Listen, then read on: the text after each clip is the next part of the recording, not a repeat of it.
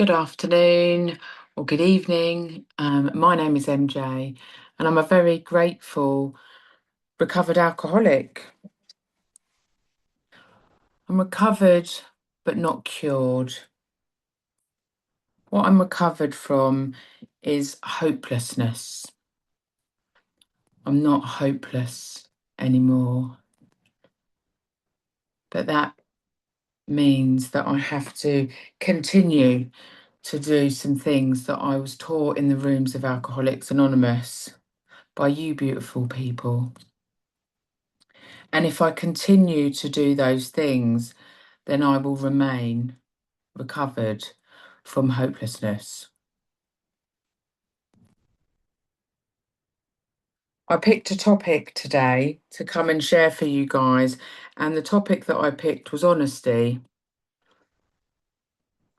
My sobriety date is 2nd of January 2023, so I am 3 years and 4 months sober. Honesty is the first principle of Alcoholics Anonymous, and it goes with me through this whole process. And even 3 years and 4 months sober, it's very important for me to maintain honesty.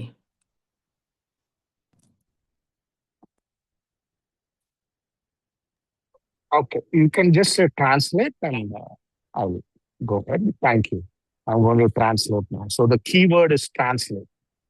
Okay, got it. All right. ఆవిడ పేరు Mary జే అండి. ఆవిడ ఒక త్రాగుబోతు. నేను కోలుకున్న త్రాగుబోతుని అంటున్నాను. ఎలా కోలుకున్నానంటే ఈ రూముల్లో నేర్చుకున్న దాన్ని బట్టి, మీరు అంతా నాకు నేర్పించిన దాన్ని బట్టి దేని నుంచి కోలుకున్నాను? త్రాగుబోతు తనం నుంచి కాదు. అంటే త్రాగుబోతు నేను ఇంకా త్రాగుబోతులే. తొక్కబడిందంటే మళ్ళీ మామూలే. నేను హోప్లెస్నెస్ నుంచి కోలుకున్నాను. అంటే ఆశ లేని తనం నుంచి కోలుతాను. ఈరోజు నా జీవితం మీద ఆశ ఉంది. హోప్లెస్ కాదు, దాని నుంచి కోలుకున్నాను. ఈరోజు నేను నిజాయితీ అన్న టాపిక్ ఎంచుకున్నాను. ఎందుకంటే అదే మన ఫస్ట్ ప్రిన్సిపల్. అంటే మొదటిగా కావాల్సింది నిజాయితీ. ఆవిడ సొబ్రైటీ డేట్ వచ్చి జనవరి 2, 2022. మూడేళ్ళు సోబరు. 3 ఏళ్ళు 4 నెలలు. మొత్తం నిజాయితీ అన్నది మొత్తం ప్రోగ్రామ్ లో వెళ్తారు. ఒకసారి ప్రతి స్టెప్ నిజాయితీగా చేయాలి. నేను నా సొబ్రైటీ మెయింటైన్ చేయాలంటే, ఆ కోలుకునే తత్వం మెయింటైన్ చేయాలంటే రోజు నేను ప్రోగ్రామ్ ప్రాక్టీస్ చేయాలి నిజాయితీ అని చెప్తాను. Please go head. You were very kind to read how it works before I started speaking. And one of the lines in how it works is that people that do not get this program are those of us that are constitutionally incapable of being honest with themselves. See, I have to admit to my innermost self that I'm an alcoholic. And step one tells me that I admitted that I was powerless over alcohol and that my life had become unmanageable. And the truth is that I didn't want to admit that I was powerless because I always believed that I could think my way out of the situation, that I could try something else in order to control and enjoy my drinking. And it wasn't until I was completely honest with myself that I came into the rooms of Alcoholics Anonymous. I had been drinking for more than 2 decades, more than 20 years. And my life and the way in which I was living definitely gave the indication that I was an alcoholic. But I could not admit to myself and get honest with the fact that I had a problem. Despite the fact that I was going to work with a small bottle of Coke, half filled with vodka and half filled with Coke, I wasn't an alcoholic. Despite the fact that I was going to work with extra strong mints in my handbag, I wasn't an alcoholic. Because I still had a life that I believed was okay. When the reality is that it was anything but okay. My life was falling apart at the seams as a result of something that I could not admit that I had a problem with. I could not be honest with my innermost self and say that I was an alcoholic. And as a result of that, because I suffer from a progressive illness, it just got worse. You know, I suffer with the disease of alcoholism, which means that I have this obsession of my mind that condemns me to drink, but I also have an allergy of my body that condemns me to die. In the meantime, though, whilst it's pursuing my death, my alcoholism is quite happy for me to be isolated, separated, and apart from you, from my family, from my loved ones, from society, from life, and from reality. And it's not until I can get honest with myself that things start to change. They translate it. Okay. Thank you. So ఆవిడ ఏమంటుందంటే మన meeting ప్రారంభమైన ముందు మనం మామూలుగా అది ఎలా పనిచేస్తుంది చదువుతాం. ఈరోజు తెలుగులో చదవటం అవ్వలేదు. సో నేను ఎవరు వాలంటీర్ చేస్తే నేను ఈ బుక్లో చదివేశాను. దానికి థ్యాంక్ యూ చెప్తుంది ఆవిడ మాట్లాడే ముందు అది చదివినాను. ఎందుకంటే దాంట్లో చాలా క్లియర్గా ఉంది.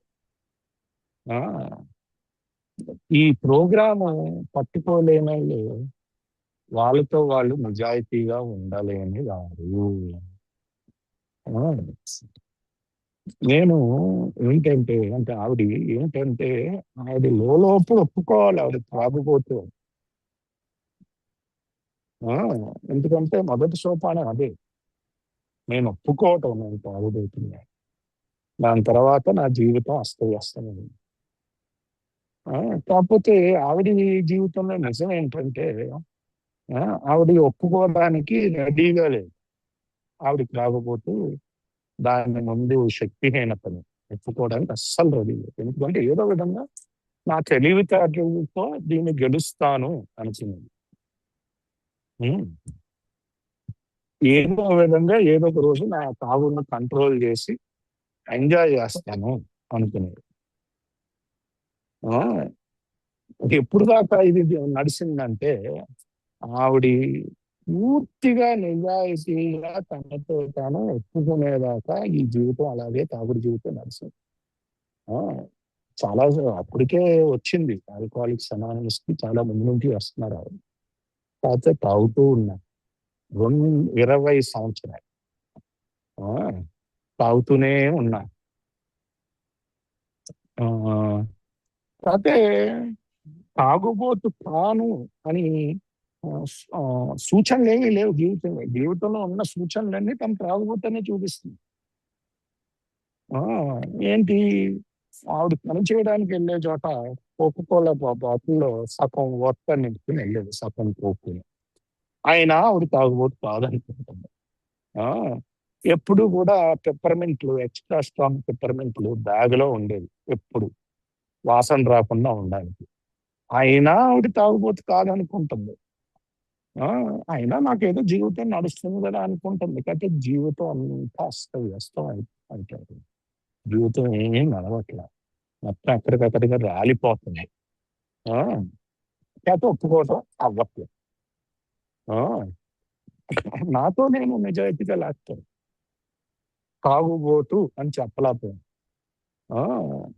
దాంతో ఇదేంటంటే ఇది ప్రోగ్రెసివ్ డిజీజ్ అని, అంటే పెరుగుతూ వెళ్తుంది తాగినా తగ్గదు. సో ఇంకా ఇంకా చండాలం అయిపోవటం మొదలుపెట్టింది.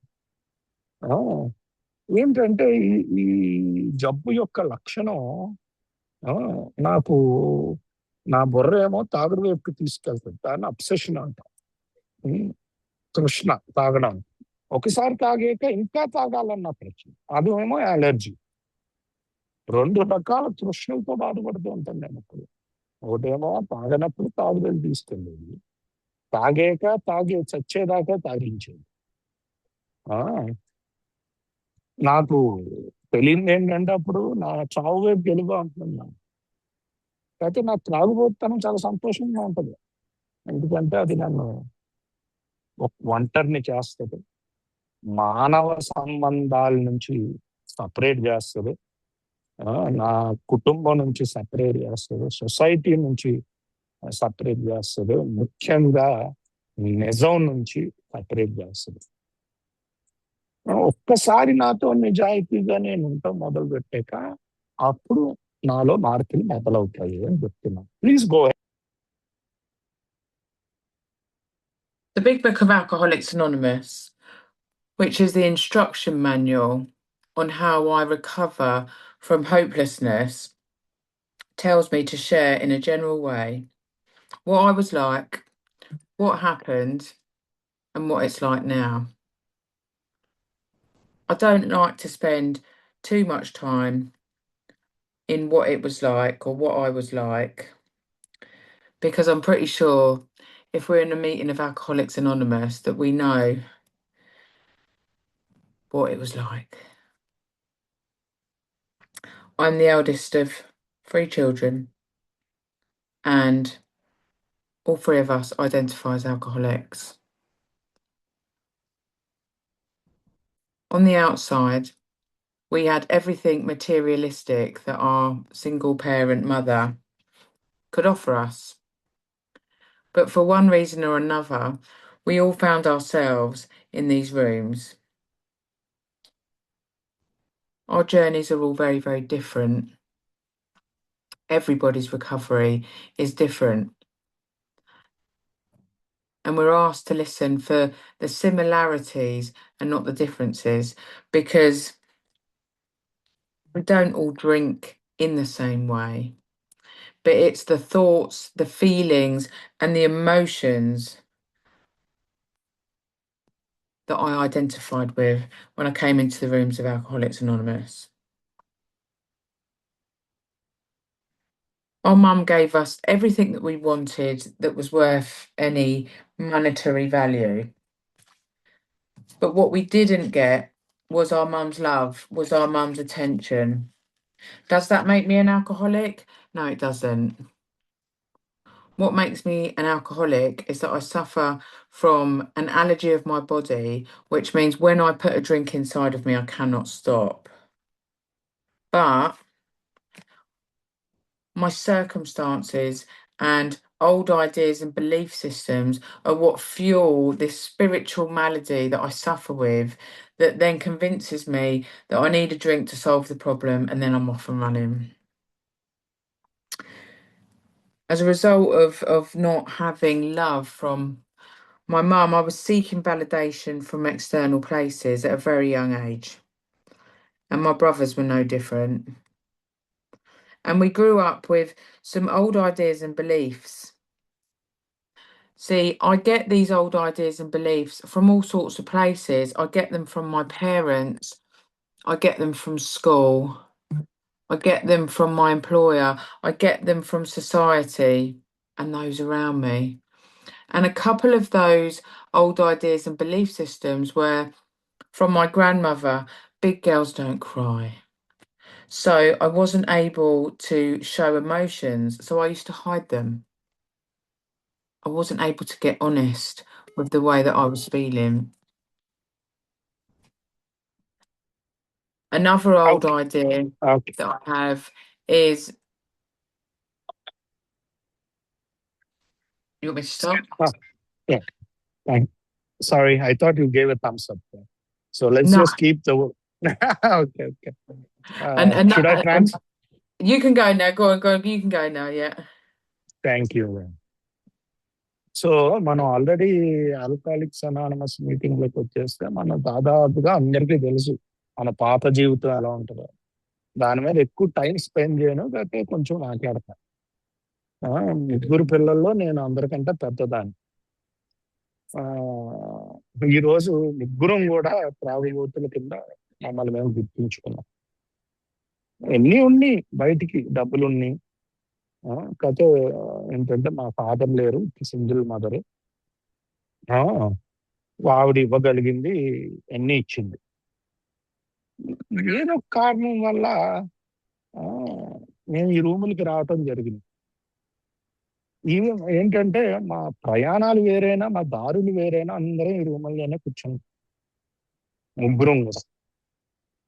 అందరూ రికవరీ వేరే వేరేగా ఉంది. కాకపోతే ఇక్కడ ఏం చెప్పారంటే అందరిలోని సిమిలారిటీస్ చూడమన్నారు. అంటే అందరిలో ఆ, ఆ, అదే అందరిలో కామన్ గా ఉంటాయి. వ్యతిరేకలు చూడొద్దన్నారు. ఎందుకంటే అందరం ఒకలా తాగం. కాకపోతే మన ఆలోచనలు, మన ఫీలింగ్స్, మన ఇమోషన్స్ ఒకలాగే ఉంటాయి. మన పరిస్థితులు వేరే వేరేగా. ఆ, నాకు ఏమనిపించేది, ఏదో మా అమ్మగారు నాకు సరిగ్గా ఆ, ఆ, ప్రేమించట్లేదు. ఎన్ని డబ్బులు ఇచ్చినా నన్ను ఆ ప్రేమ కొనలేరు, నా ప్రేమ. అదే ఆవిడ ప్రేమించట్లేదు అనిపించేది నాకు ఎప్పుడు. ఆ, నాకు అర్థమయ్యేది కాదు ఆవిడ ప్రేమ బేసిక్ గా. ఆవిడ అటెన్షన్ కావాల్సి వచ్చేది అదే మా వైపుకి. కాకపోతే అది నన్ను త్రాగుబోతు చేస్తుంది అంటే లేదు. అలాంటివి ఏమి నన్ను త్రాగుబోతు చెయ్యదు. ఆ, నన్ను ఏది త్రాగుబోతు చేస్తా అంటే అలర్జీ. ఒక మందు, ఒక పెగ్గు తాగాక ఇంకా కావాలంట. ఆ, ఒక్కసారి నేను ఆ డ్రింక్ తీసుకున్నాక ఇంకా అప్పుడే ఉండదు. కాకపోతే నా పరిస్థితులు, నా పాత ఆలోచన విధానాలు, నా నమ్మకాలు ఏం చేస్తాయంటే నాలో ఉన్న ఆధ్యాత్మిక రుగ్మతకు తోడుపడుతుంది. దాంతో నేను సఫర్ అవుతాను, బాధల్లో ఉంటాను. అప్పుడు ఏం చేస్తుంది నా బుర్ర, అరే నువ్వు తాగు, చదివిన బాధల్లో ఉన్నావు కదా, ఇన్ని ప్రాబ్లంలు ఉన్నావు కదా అని చెప్పటం మొదలు పెడుతుంది. ఒక్కసారి అయితే ఏముంది, ఇంక పరిగెత్తమే. నాకు ప్రేమ లేదు అనుకున్న భావనతోటి, ముఖ్యంగా మా అమ్మగారి నుంచి, బయట అందరి నుంచి నేను ఒప్పుదలని తీసుకోవటం. అంటే అందరూ ఓహో నువ్వు ఒకే గాడివి, నువ్వు మంచోడివే, మంచిదానివే అన్న వాలిడేషన్ అంటారు ఇంగ్లీష్ లో. దానికోసం కోరుతూ ఆ, బయట తిరిగేదాన్ని. మా ఇద్దరు తమ్ముళ్ళు కూడా అలాగే ఉండేవారు. మా అందరికీ కూడా అయ్యే పాత ఆలోచన విధానాలు, నమ్మకాలు ఉండేవి. ఈ ఆలోచనలు, ఈ విధానాలు రకరకాల చోట్ల నుంచి వస్తాయి. నా తల్లిదండ్రులు అవి ఉండొచ్చు, నా స్కూల్ నుంచి అవి ఉండొచ్చు, నేను ఉద్యోగం చేస్తున్న చోటు నుంచి అవి ఉండొచ్చు, నా సొసైటీ నుంచి అవి ఉండొచ్చు, లేకపోతే నా చుట్టుపక్కల ఉండే వాళ్ళ నుంచి అయినా ఉండొచ్చు. ఏంటంటే రెండు మూడు చెప్తాను ఇలాంటి నా పాత ఆలోచన విధానాలు. మా మామగారు అనేవారు, పెద్ద పిల్లలు ఏడవరు. సో నేను ఎప్పుడు బయటికి ఏడిసేదాన్ని కాదు, ఎప్పుడు లోపల దాసేసుకున్నాను. సో నాతో నేను నిజాయితీగా ఉండలేకపోయేదాన్ని ఆ దాచుకోవటంతో. నేను ఎలాగా లోపల ఫీల్ అవుతున్నాను ఎందుకంటే బయటికి ఒక నటన, లోపల ఏడుపు వస్తుంది. ఇంకొక ఓల్డ్ ఐడియా గురించి చెప్తున్నా. Please go head with other old idea. Thank you. Another old idea and belief that I have is from school. My mum sent me to a private finishing school, and I was always told that we had to be perfect. They tried to teach us perfection. And so I try to live up to that expectation and never can. I can't be honest with the fact that I can't live up to that expectation. So I continue to try and be something that I'm not. My mum had a string of men growing up. My brothers and I all have different fathers. And so, one of the things that I believed when I married my childhood sweetheart was that if only I can keep hold of this man and this marriage, I'm not going to end up like my mum and and have children that are going to grow up to be alcoholics. Because if only I can keep hold of him, then everything will be okay. So I have all of these different sets of ideas and beliefs of how I need to behave and how I need to act. And the only person that I'm being dishonest with that matters is myself. Yes, everybody around me suffers as a result of my behaviour and of my alcoholism. But it's not until I can start to be completely honest with my innermost self that things start to change.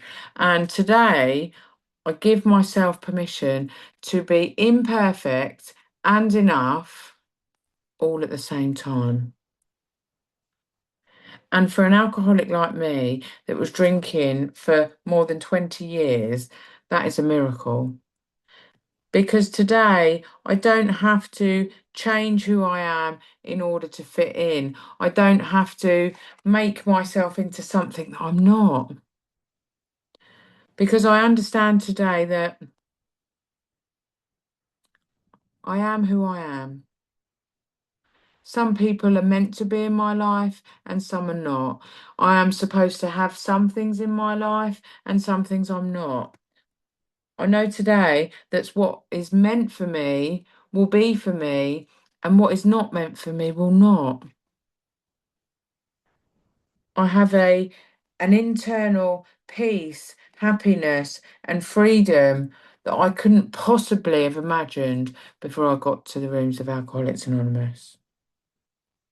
See, my mind is not on my side.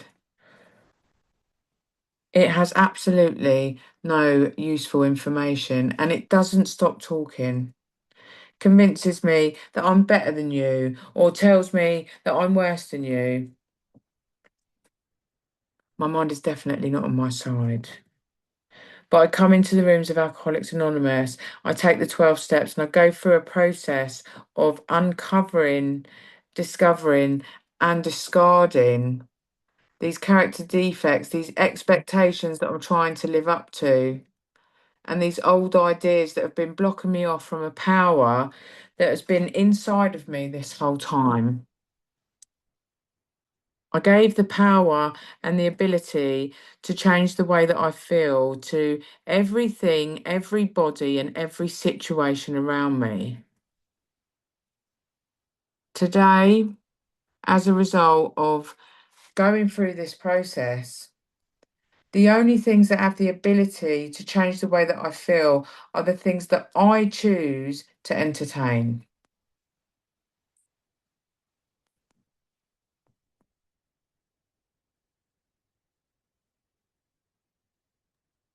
Okay.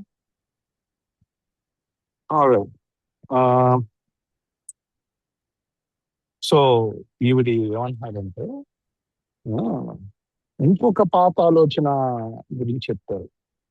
ఆ, ఆవిడ school నుంచి వచ్చింది.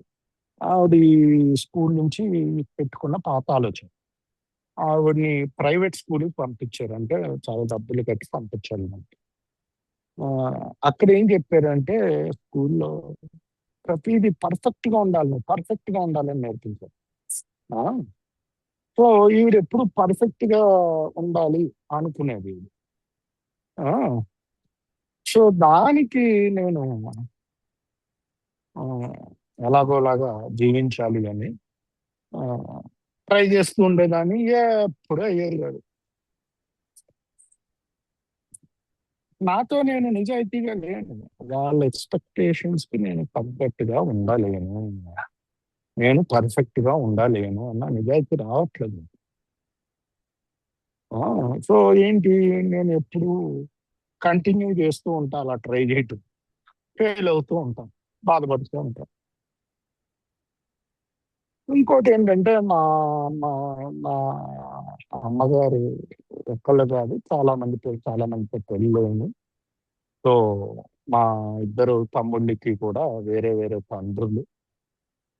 ఆ, నేను ఎప్పుడైతే మరి పెళ్లి చేసుకున్నానో, నేను అలా ఉండకూడదు, నేను ఒకే పెళ్లిలో ఉండాలి అన్న ఒక ఆలోచన విధానం, పాత ఆలోచన ఉంది. ఎలాగోలాగా ఈయన అలా పట్టుకుని ఉంటే నేను సంతోషంగా ఉంటాను. మా అమ్మలా తయారవును. మా పిల్లలు త్రాగుబోతులు అవ్వరు. ఆ, అన్న నమ్మకాలు ఉండేవి. సో ఇలాంటి రకరకాల నమ్మకాలు, ఆలోచన విధానాలు ఆ, నన్ను, నా ప్రవర్తన ఎలా ఉండాలో దాన్ని డిక్టేట్ చేసేది. సో ఈ రోజు నాకు అర్థమైంది ఏంటంటే, నాతో నేను నిజాయితీగా ఉండాలి. ఒక్కళ్ళతో నిజాయితీగా ఉండాలంటే ముఖ్యంగా నాతో. ఇవన్నీ నేను ఇలా ఉండాలా, ఇలా చేయగలుగుతాను. ఎందుకంటే నాతో నేను నిజాయితీగా లేకపోతే ఏమవుతుందంటే, నా చుట్టుపక్కల వాళ్ళు నా ప్రవర్తన వల్ల బాధపడతారు.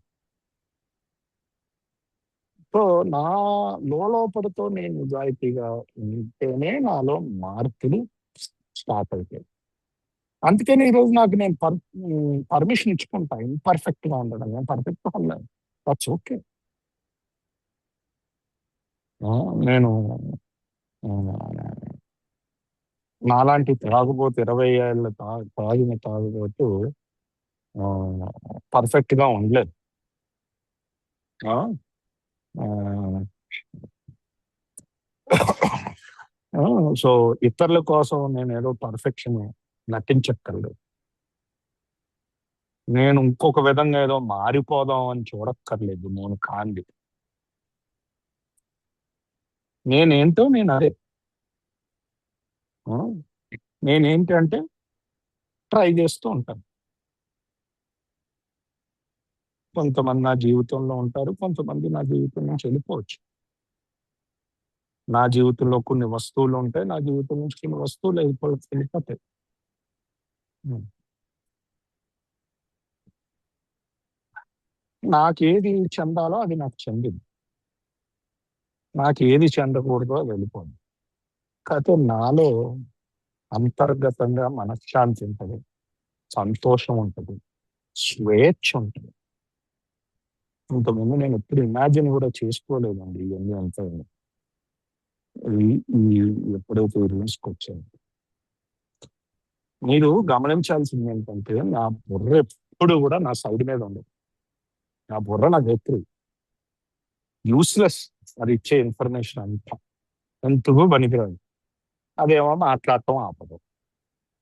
ఆ, అది ఏం చెప్తూ ఉంటుంది అంటే, ఈయనకంట నువ్వు బెటర్, లేకపోతే ఈయనకంట నువ్వు వర్స్ట్. సో నా బుర్ర డెఫినెట్ గా నా వైపు ఉండదు. సో నేను ఆల్కహాలిక్స్ అనానమస్కి వచ్చి 12 సోపానాలు చేసి ఆ ప్రాసెస్ లో వెళ్ళి ఈ పాత ఆలోచన విధానాలు, నాలో ఉన్న గుణదోషాలు, ఇవన్నీ అన్కవర్ చేస్తూ ఉంటాం, బయటికి ఇస్తూ ఉంటాం. దాని తర్వాత వీటిని తీసి పాడేయాలి. ఈ క్యారెక్టర్ డిఫెక్ట్ ఏదైతే ఉన్నాయో, లేకపోతే ఇతరుల యొక్క ఎక్స్పెక్టేషన్ కి నేను ఎప్పుడైతే జీవించాలనుకుంటున్నానో, సో ఈ పాత ఆలోచన విధానాలు, ఈ నా అదే నేను ఎలా జీవించాలి, అలా జీవించాలి అనుకోవటం, ఆహా, ఇవన్నీ నా ఉన్నత శక్తి నుంచి నేను దూరంగా ఉంచుతాను. ఎందుకంటే బుర్ర బిజీగా ఉంటుంది ఆలోచన పెట్టింది. ఉన్నత శక్తి ఉంటుంది, కాకపోతే అది ఎప్పుడు నాలోనే ఉంది ఆ ఉన్నత శక్తి. నేను ఆ శక్తికి ఆ, దారి కలిగించానంతే, ఈ చెత్త అంతా తీసి. ఆ, ఆ, సో ఏంటి, ఆ శక్తికి ఎలాంటి దారి కలిగించాను, నాలో మార్పులకి. నేను ప్రపంచాన్ని ఎలా చూస్తున్నానో, నన్ను నేను ఎలా చూసుకుంటున్నాను అన్న దానికి మార్పు. సో ఈ రోజు ఈ ప్రాసెస్ ద్వారా వెళ్తుందో ఆ, సో నాకు అర్థమైంది ఏంటంటే నేను ఎంతసేపు అయితే నా బుర్రలో ఆలోచనలు ఎంటర్టైన్ చేస్తానో అంతసేపు అలాగే ఫీల్ అవుతా. నా బుర్రలో ఆలోచనలు ఎంటర్టైన్ చేయకపోతే నేను ఫ్రీగా ఫీల్ అవుతాను అన్నది అర్థమైంది అని చెప్తున్నాను. Please go. The Big Book of Alcoholics Anonymous tells me that I like the effect produced by alcohol.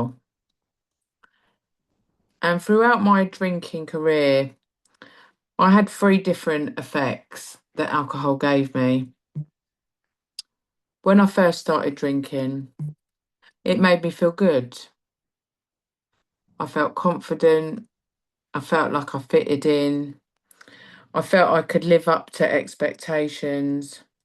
You know, it was the magical elixir that provided the answer to all of my problems.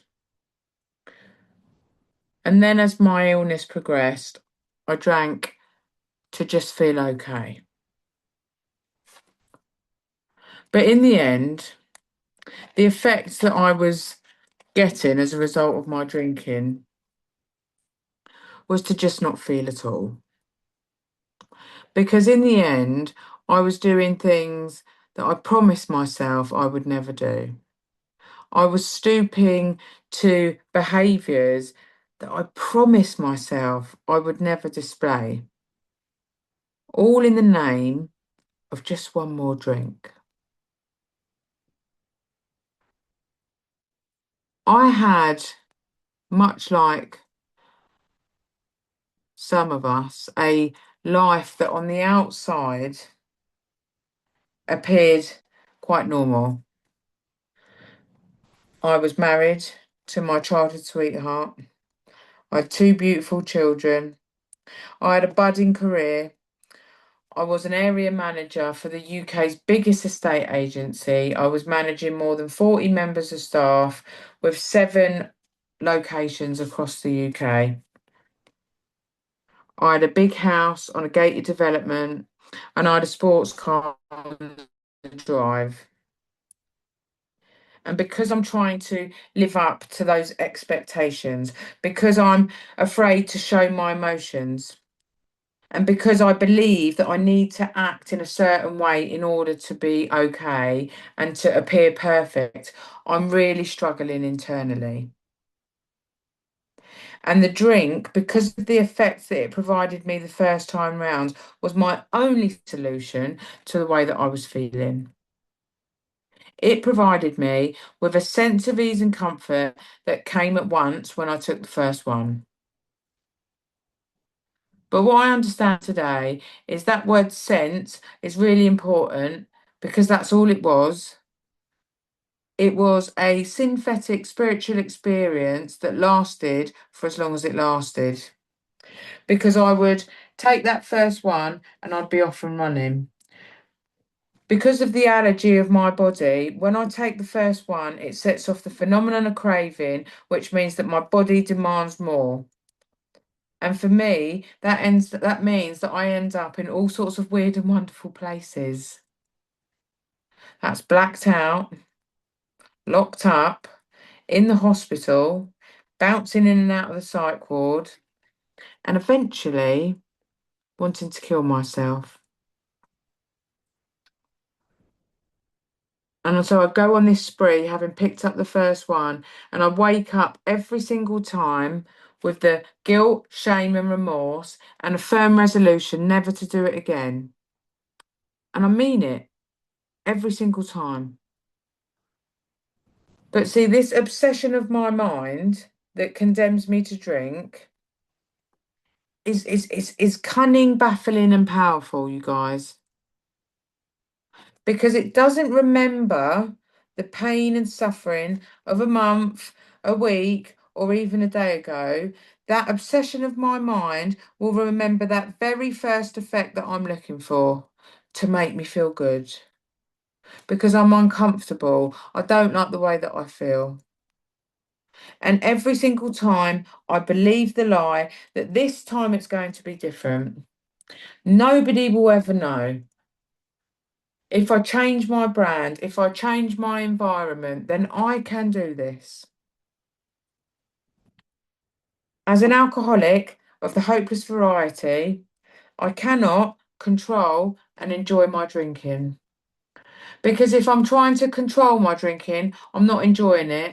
And if I'm enjoying my drinking, then I'm definitely not controlling it.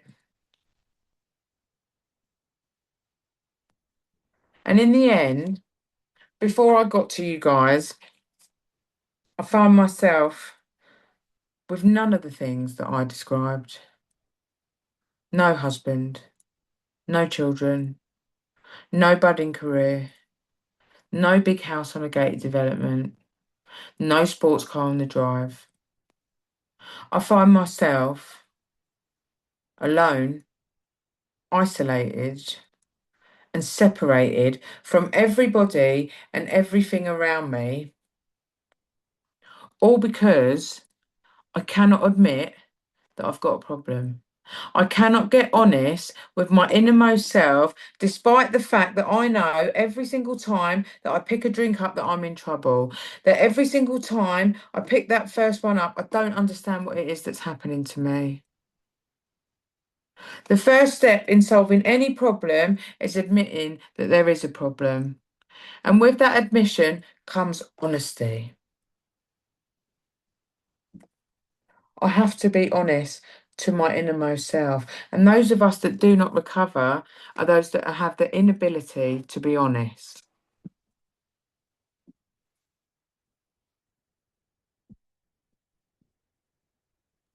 All right, I'm going to translate now. Thank you. ఈ పుస్తకం alcoholics anonymous అనే పుస్తకం నాకు clear గా చెప్పుద్ది త్రాగుడుతోటి నాకు ఎలాంటి effect వస్తుంది. ఆవిడ త్రాగుడు జీవితంలో 3 రకాల ఎఫెక్ట్లు ఉండేవి డిఫరెంట్ గా. ముందేంటంటే స్టార్టింగ్ లో తాగినప్పుడు బాగా అనిపించేది, కాన్ఫిడెంట్ గా ఉండేవారు, ధైర్యంగా, అందరితో కలిసిపోయేవారు. ఆ, ఆ, ఏంటంటే నేను సాధించగలను జీవితంలో అన్న భావన ఉండేది. అందరూ ఎలా నన్ను సాధించాలి అని అనుకుంటున్నారో ఇతరుల ఎక్స్పెక్టేషన్ కి నేను బతకగలను. సో మ్యాజిక్ లో ఉండేది అనమాట. ఎన్ని ప్రాబ్లమ్ కి అదే సమాధానం. మెల్లిగా నా జబ్బు పెరగటం మొదలు పెట్టింది. దాంతో ఏంటి ఎఫెక్ట్, జస్ట్ నేను ఓకేగా ఉండడానికి తాగటం మొదలు పెట్టింది. మూడవది ఏంటంటే లాస్ట్ ఎండింగ్ లో ఫీలింగ్ ఏ ఉండేది కదా తాగిన, ఎంత తాగిన. ఎందుకంటే లాస్ట్ లో నేను ఏదైతే జీవితంలో చేయను అనుకున్నానో అలాంటి పనులన్నీ చేయటం మొదలు పెట్టేశాను. నా ప్రవర్తన విధానం బాగా దిగజారిపోయింది. నేను ఎప్పుడు ఇలాగా బయటికి ఇలా కనిపిస్తాను సొసైటీలో అనుకోలేదు. ఇదంతా కూడా ఒక్క చుక్క మందుకి. మనలో చాలా మంది లాగే నా జీవితంలో బయటికి ఫస్ట్ లో చాలా బాగుండేది జీవితం, బయటికి నార్మల్గా ఉండేది. పెళ్ళయింది, నా చిన్నప్పుడు ప్రేమికుడితోటి 2 పిల్లలు ఉన్నారు, పెద్ద కెరియరు, ఒక ఏరియా మేనేజర్, పెద్ద రియల్ ఎస్టేట్ కంపెనీకి 40 మంది పనిచేసేవారు నా కింద. మొత్తం యూకేలో 7 లొకేషన్ లో ఉండేది ఆ కంపెనీ. పెద్ద ఉండేది, గేటెడ్ డెవలప్మెంట్. స్పోర్ట్స్ కార్ నడిపేదాన్ని. ఎందుకంటే ఇతరుల ఎక్స్పెక్టేషన్ కి జీవించడానికి, ఇలా సంపాదించాలి, అందరిలో సేవ చేయాలి, సొసైటీ ఎక్స్పెక్టేషన్స్ కి పనిచేస్తున్నా. బయటికి నేను ఎలాగా ఉన్నాను, లోపల నాకు ఎలా అనిపిస్తున్నాను బయటకు చూపించుకోను. ఫస్ట్ నేను ఒక విధంగా ప్రవర్తించాలి సొసైటీలో, ఆ రెస్పెక్ట్ గెయిన్ చేయాలి పర్ఫెక్ట్ గా. అయితే లోపల చాలా స్ట్రగుల్ మొదలవుతుంది. అది తప్పి తాగుడు నాకు దానికి సొల్యూషన్ కదా. నేను లోపల అలా ఫీల్ అవుతున్నాను, తాగుడు. సో ఈ కంఫర్టబుల్ గా ఉండదు తాగితే, ఈజీగా. ఒక్కసారి కాదు కూడా ఆ, కాకపోతే ఈ రోజు అర్థమవుతుంది అది ఓన్లీ టెంపరీ, సింథటిక్ కంఫర్ట్ వెళ్ళిపోద్ది. ఆ, ఎంతసేపు ఉండాలో అంతసేపు ఉంటుంది, దాంతో వెళ్ళిపోద్ది. ఆ మొదటి చొక్క తీసుకుంటాను, ఇంకా అంతే నా పరుగు మొదలవుతుంది. ఆ క్రేవింగ్ మొదలవుతుంది, అంటే నా బాడీ ఇంకా కావాలంటే. ఆ, ఇంకేంటంటే ఆ, రెండు విధాలుగా జరుగుతుంది. అప్పుడప్పుడు మంచి చోట్ల ఉంటాను, అప్పుడప్పుడు ఆ, చెడు చోట్లలో ఉంటాను. బ్లాక్అవుట్ అయిపోతూ ఉంటాం, హాస్పిటల్లో ఉంటాం, సైక్ వార్డు లోపలికి బయటికి వెళ్తా ఉంటాం. ఫైనల్ గా నన్ను నేను చంపేసుకున్నాను అనుకుంటాను. సో ఈ స్క్రీన్లోకి వెళ్ళిపోతావు కదా కాదు, ప్రతి సింగిల్ టైం లెగిసినప్పుడు ఆ గిల్ట్, ఆ నా మీద నాకే అసహ్యం లభిస్తా. మళ్ళీ ఇంకెప్పుడు తాగకూడదు అనుకుంటా ప్రతిసారి. కాకపోతే ఈ అబ్సెషన్ నా బుర్రదే, మళ్ళీ తాగడానికి ఎందుకంటే అది చాలా ఆ, ఆ, శక్తివంతమైంది ఈ అబ్సెషన్. ఏంటంటే జిత్తులు మారిది, కన్నింగ్ డార్క్లింగ్ పవర్ఫుల్ అంటారు కదా. ఆ, మళ్ళీ కంఫర్టబుల్ అయిపోయి మళ్ళీ తాగుతా. ఏదో రకరకాలు ట్రై చేస్తూ ఉంటానండి, బ్రాండ్లు మార్చడానికి, అది చేయడానికి ఇది చేయడానికి, అయితే లాస్ట్కి మళ్ళీ తాగేస్తా, లేకపోతే తాగుడు ఆపలేదు. నీకు ఇందాక ఎన్ని చెప్పాను కదా, కారుల గురించి, పెద్దిళ్ళ గురించి, పిల్లల గురించి, ఇంకా ఆయన గురించి లాస్ట్ ఏమీ లేదు. ఆయన లేదు, పిల్లలు లేరు, కెరియర్ లేదు, ఇల్లు లేదు, స్పోర్ట్స్ కారు లేదు, ఒక్కదాన్ని అందరి నుంచి దూరం. కాకపోతే నాకు ప్రాబ్లం ఉంది, నేను అడ్మిట్ చేయట్లా, నా లోపల లోపల నేను అడ్మిట్ చేయట్లా. ఫస్ట్ స్టెప్ నేను ఎప్పుడైతే అడ్మిట్ చేస్తానో అప్పుడు నాలో మార్పులు జరగటం మొదలుపెట్టాయి.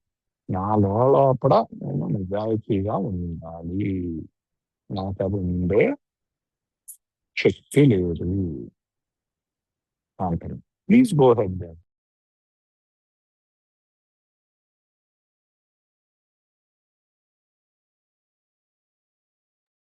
You're on mute. As a result of not being able to admit to myself that I have a problem and not get honest with the fact that I cannot control my drinking, I continue to try and live up to those expectations. I try to remain in a marriage in which I'm not happy because I believe that I need the marriage in order to be okay. I continue to not show my emotions and get upset and let people see how I am because I believe that I need to live up to those expectations. I continue to try and be perfect as a result of that old idea that I need to appear to be perfect in order to fit in. As a result of not being able to admit to my innermost self that I've got a problem with all of those areas and not getting honest with myself, means that I find myself just before I get to you guys on a mattress on the floor, waking up completely horrified at the person that I've become. Because by this point, I've given away my marriage. I've given away my children. I've given away the career, the house, the sports car. I didn't lose it because it was me, MJ, that made the decision with my warped mind that is not on my side to pick up that first one, knowing exactly where it's going to lead me. See, insanity is not doing the same thing again and again, expecting a different result. It's doing the same thing again and again, knowing exactly what the result is going to be. I knew because my history told me what would happen to me when I drank. But because I'm so uncomfortable inside, and this obsession of my mind convinces me that I've got it this time, or it will be different this time, I buy into the lie, and a drink seems like a good idea. I understand today that the admission that I am an alcoholic and getting honest with myself is not failure. It's the start of a beautiful journey. It's the start of freedom. It's the start of peace, and it's the start of a word that we use in the rooms of Alcoholics Anonymous: serenity.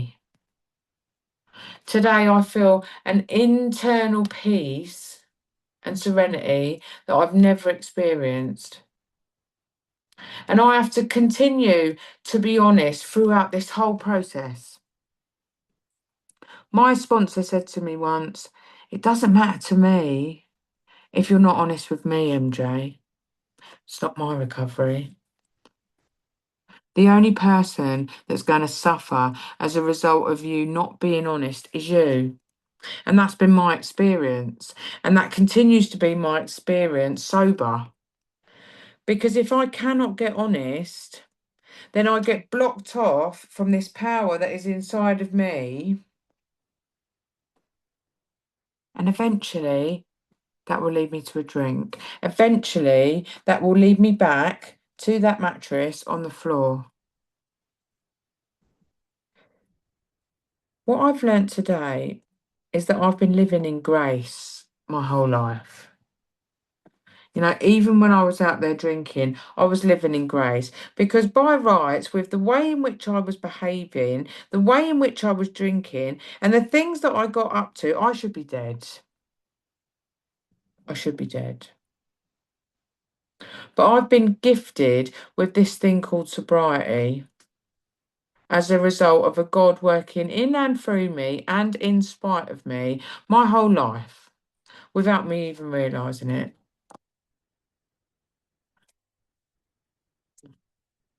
I come to the rooms of Alcoholics Anonymous and I start to get honest. I admit to myself that I'm powerless over alcohol and that my life is unmanageable. And I believe that there is something bigger and better than me that can restore me to sanity. Let me translate, please. Thank you. So ఇది ఈ నిజ మామూలుగా ఏంటంటే పిచ్చి అంటే మనం చేసిందే చేసి ఈసారి వేరేగా వస్తుంది అంటారు కానీ యాక్చువల్గా పిచ్చి అంటే అదే వస్తుందని తెలిసినా మళ్ళీ చేస్తాం. అదే అసలైన పిచ్చి, అదే పని చేస్తాం. సో మళ్ళీ మళ్ళీ ఏంటంటే లాస్ట్ కి అన్ని పోయినాయి కదా, లాస్ట్ కి ఎక్కడున్నాను, ఒక పరుపు వేసుకుని నేను ఒక్కదాన్ని ఉన్నా ఆ పరుపు మీద పడుకుంటూ. ఇంకేమీ లేవు ఇంట్లో సామాన్లు కూడా. మళ్ళీ ఆ పరుపు మీదకి వెళ్తాను నేను తాగితే, అయినా అవుతా. ఎందుకంటే నాతోనే నిజాయితీగా ఉండలేకపోతున్నాను, నేను త్రాగుబోతుని అవ్వదు. నేను శక్తిహీనతను నిజాయితీగా ఒప్పుకోవాలి ఫస్ట్ స్టెప్ లో. అప్పుడు మొదలవుద్ది. గత ఏంటంటే నా జీవితం అంతా కూడా నాకు దేవుడి దయ ఉండింది మొత్తం జీవితం అంతా. నేను ఎప్పుడైతే తాగుతూ తిరుగుతూ ఉన్నానో, ఆ నేను ఎలా ప్రవర్తిస్తున్నానో తాగేసాక, దేవుడి దయతోటే బతుకున్నా, లేకపోతే ఎప్పుడో చచ్చిపోవాలి. అది కాకుండా ఒక సొబ్రైటీ అని ఒక గిఫ్ట్ ఇచ్చాడు దేవుడు నాలోంచి, నా ద్వారా పనిచేస్తూ. నేను ఎంత నా వ్యతిరేకత ఎంత ఉన్నా నా జీవితంలో మొత్తంలో ఏదో విధంగా ఇక్కడ తీసుకొచ్చి పాడేసాడు. నాకు కూడా తెలీదు. ఎప్పుడైతే నేను నిజాయితీగా ఉంటానో, ఆ పవర్లెస్నెస్ ఒప్పుకుంటానో, జీవితం అస్తవ్యస్తమైందని ఒప్పుకుంటాను, అన్మేనేజబుల్ అయిపోయింది అని, నాకంట పెద్దది ఇంకా నాకంట మెరుగైంది, అది నన్ను బాగు చేస్తుంది, అదే దైవత్వం అని నమ్మకానికి వస్తుంది అని చెప్తున్నా. Please go head.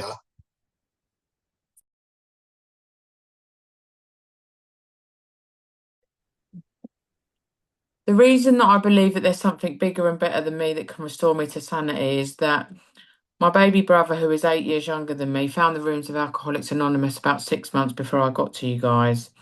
And I believe that there was something here. Otherwise, I don't think I would have come to my first meeting. And then I have to make a decision to turn my will and my life, so my thoughts and my actions, over to a God that I don't understand. But that's okay because at this point it's only a decision. And I make that decision based on those three pertinent ideas that you read in How It Works.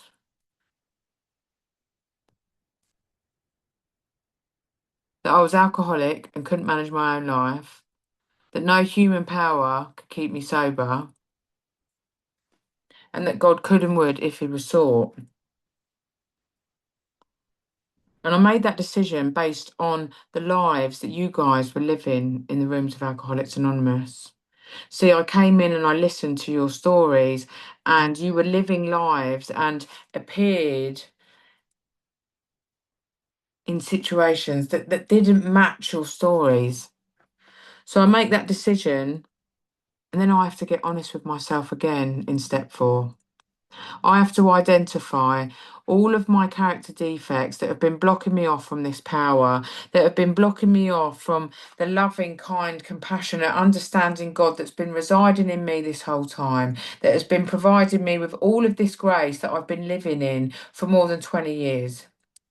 See, I get honest with myself in step 4.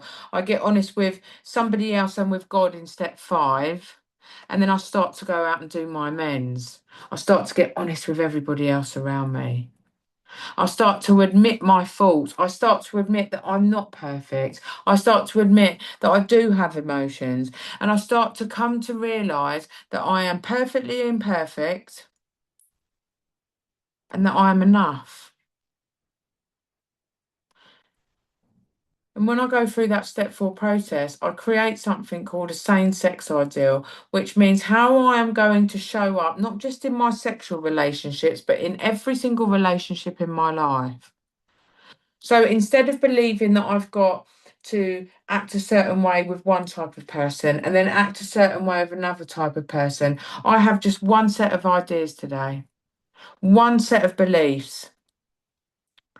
And they are how I'm going to show up to relationships. And that means any relationship in my life, whether that be romantically, whether that be sexually, whether that be at work, whether that be with my family, or whether that be with you guys.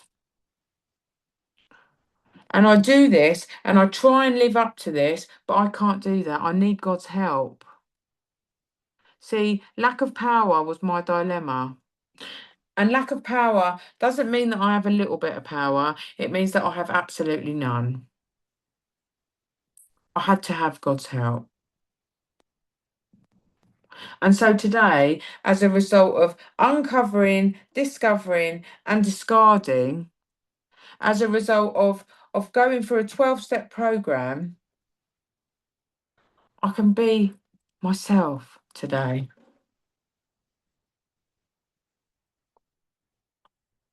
I have to maintain and grow in this program. You know, if I'm not continuing to grow, then I'm in big trouble. And that requires a lot of honesty on my part because yes, the drink is not a problem anymore. I'm very far removed from that. I've got a lot of things in between me and the first drink. I've got inventory. I've got a God of my misunderstanding. I've got 12 steps. I've got sponsor. And the only way that I stay so far removed from that problem, which is an alcoholic drink for me, is to live these principles in all of my affairs. And the only way that I can continue to do that is to maintain a level of honesty with myself throughout my day, throughout my week, and throughout my life. Because just like my sponsor said to me all that time ago, that it doesn't matter, MJ, who you're dishonest with, it doesn't affect them. It might surfacely affect them, but the only person that's going to suffer in the long run is you.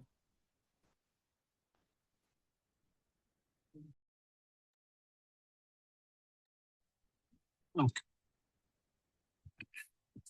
So ఆవిడ నిజాయితీ గురించి చెప్తూ ఆ ఏంటంటే first of all రూముల్లోకి వచ్చాక నాకంట ఉన్నతమైంది ఇంకా నాకంట మెరుగైంది లేకపోతే నాకంట పెద్దది ఏదో శక్తి ఉందని ఆ నమ్మటం ఎందుకు మొదలు పెట్టారంటే ఆవిడ అందరికంట చిన్న తమ్ముడు. ఆ, నాకంట 8 ఏళ్ళు చిన్నోడు. నాకంటే 6 నెలల ముందు ఆల్కహాలిక్స్ అనానమస్ రావటం మొదలు పెట్టాడు. ఆయన్ని చూసి నాకు నమ్మకం కుదిరింది, ఏదో ఉంది ఇక్కడ. ఆ, ఆ. సో వచ్చినప్పుడు ఆ, ఏంటంటే అది చూసి నేను వచ్చా ఇక్కడికి, ఆల్కహాలిక్స్ అనానమస్ కి. ఆ, వచ్చాక నేనేం చేయాలి? నమ్మకం వచ్చాక నా నా ఇచ్చని, నా జీవితాన్ని దేవుడికి అప్పచెప్పాలంటే నా ఆలోచనని, నా నేను బయటకి ఏదైతే ప్రవర్తన, నాకు అసలు అర్థమే కాదు ఈ దేవుడు, అర్థం చేసుకున్న దేవుడు అని రాసుకుంటాడు. అయితే పర్లే, అర్థం అవ్వాల్సిన అవసరం లేదు. ఎందుకంటే ఇప్పుడు కేవలం ఒక నిర్ణయం మాత్రమే. ఆ ఆ నిర్ణయం తీసుకునే ముందు ఇందాక 3 సందర్జిత భావాలు చదివాం కదా. నేను త్రాగుబోతుని, నా జీవితం అస్తవ్యస్తమైంది, నాకంట ఒక అదే మానవ శక్తి ఏది నన్ను బాగు చేయలేదు, ఆ, నాకంటూ ఉన్నతమైన శక్తి ఒకటి బాగు చేయగలుగుతుంది అని 3 ఒప్పుకోవటం మిమ్మల్ని అందరినీ చూసాకనే ఒప్పుకున్నాను. ఏదో ఉందరా బాబు ఈ శక్తి అని. ఒక్కసారి నాతో నేను నిజాయితీగా ఉన్నాను, నేను తాగబోతున్నాను చూసాక మిమ్మల్ని అందరిని, ఎందుకంటే మీ జీవితాలు, మీ ప్రీవియస్ జీవితాలుని ఆ, ఇప్పుడు మీరు ఎలా జీవిస్తున్నారో రెండేళ్ళకి వ్యత్యాసం ఉంది. అసలు అప్పుడు కథలో ఆ, ఇప్పుడు కథలో అసలు మ్యాచ్ కూడా అవ్వట్లా. సో అది చూసాక, ఆ 3 చేసాక అప్పుడు నేను ఒకే ఇద్దాం ఇచ్చని, అర్థం అవ్వలేదు దేవుడు, పర్లేదు. అయితే మళ్ళీ నిజాయితీగా ఉండాలి ఎప్పుడు 4వ సోపానంలో. నాతో నేను ఏమి, ఈ డిఫెక్ట్ ఏంటి నాలో ఉన్నాయి, ఈ దేవుడి నుంచి నన్ను వేరు చేస్తుంది, అన్ని నిజాయితీగా చూసుకో. దాని తర్వాత ఇంకొక దేవుడితో నిజాయితీగా ఉన్నాక నాతో నేను ఇంకో మనిషితో నిజాయితీగా ఉండాలి 5వ సోపానం. దాని తర్వాత ఇతరులకు అమెండ్స్ చేసేటప్పుడు నేను నిజాయితీగా ఉండాలి. నా తప్పులు ఒప్పుకోవాలా. నేను పర్ఫెక్ట్ గా ఉండను, ఇంపర్ఫెక్ట్. పర్ఫెక్ట్లీ ఇంపర్ఫెక్ట్ అని మంచి పదం వాడారు అంటే ఏం పర్లా, ఇంపర్ఫెక్ట్ గా ఉన్నా పర్ఫెక్ట్. అది ఒప్పుకోగలగా.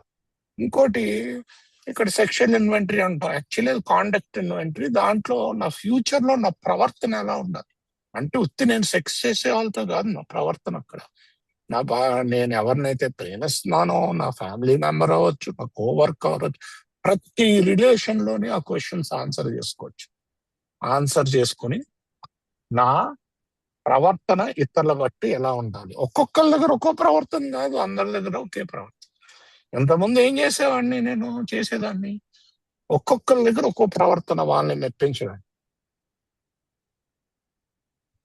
కాకపోతే ఈ రోజు అందరి దగ్గర ఆ ఐడియల్ అంటారు, ఆ ఐడియల్ సెట్ చేసుకుంది అందరి దగ్గర. అదే ప్రాబ్లం. ఇతరులతో నిజాయితీగా ఉంటే వాళ్ళకి ఏం హాని జరగకపోవచ్చు, నీకు కూడా హాని జరుగుద్ది. వాళ్ళని హాని చేస్తావు, నీకు హాని జరుగుద్ది అని వాళ్ళ స్పాన్సర్ చెప్పటం జరిగింది. సో ఇలా ప్రవర్తించాలంటే నా దగ్గర శక్తి లేదు భయ్యా. శక్తిహీనత నా సందిగ్ధ అవస్థ అని ఉంది కదా. శక్తిహీనత అంటే కొంచెం శక్తి ఉందని కాదు దాని అర్థం. శక్తిహీనత అంటే శక్తిహీనతే, శక్తి లేదని అర్థం. సో దానికి మళ్ళీ నాకు దేవుడు అవసరం ఉంటుంది అని చెప్తున్నారు. Please go head. I have to continue to watch today for selfishness, dishonesty, resentment, and fear, because my mind does not stop talking. It has no useful information and it is not on my side. I need to continue to grow in understanding and effectiveness of my illness, which I understand today centers in my mind.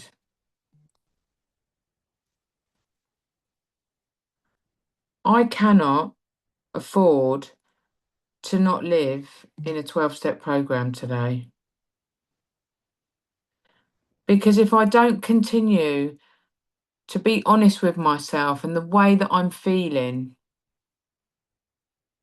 then the life that I have will very quickly be gone. I will be back on that mattress on the floor, wondering who I can lie to, cheat from, and manipulate in the name of just one more.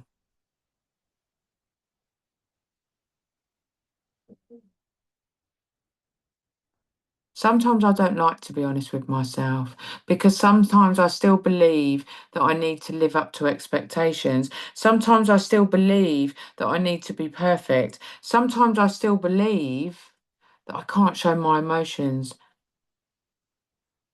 But because I have a program, because I've taken the 12 steps of Alcoholics Anonymous, and because you guys have taught me this way of life, I don't have to remain that way.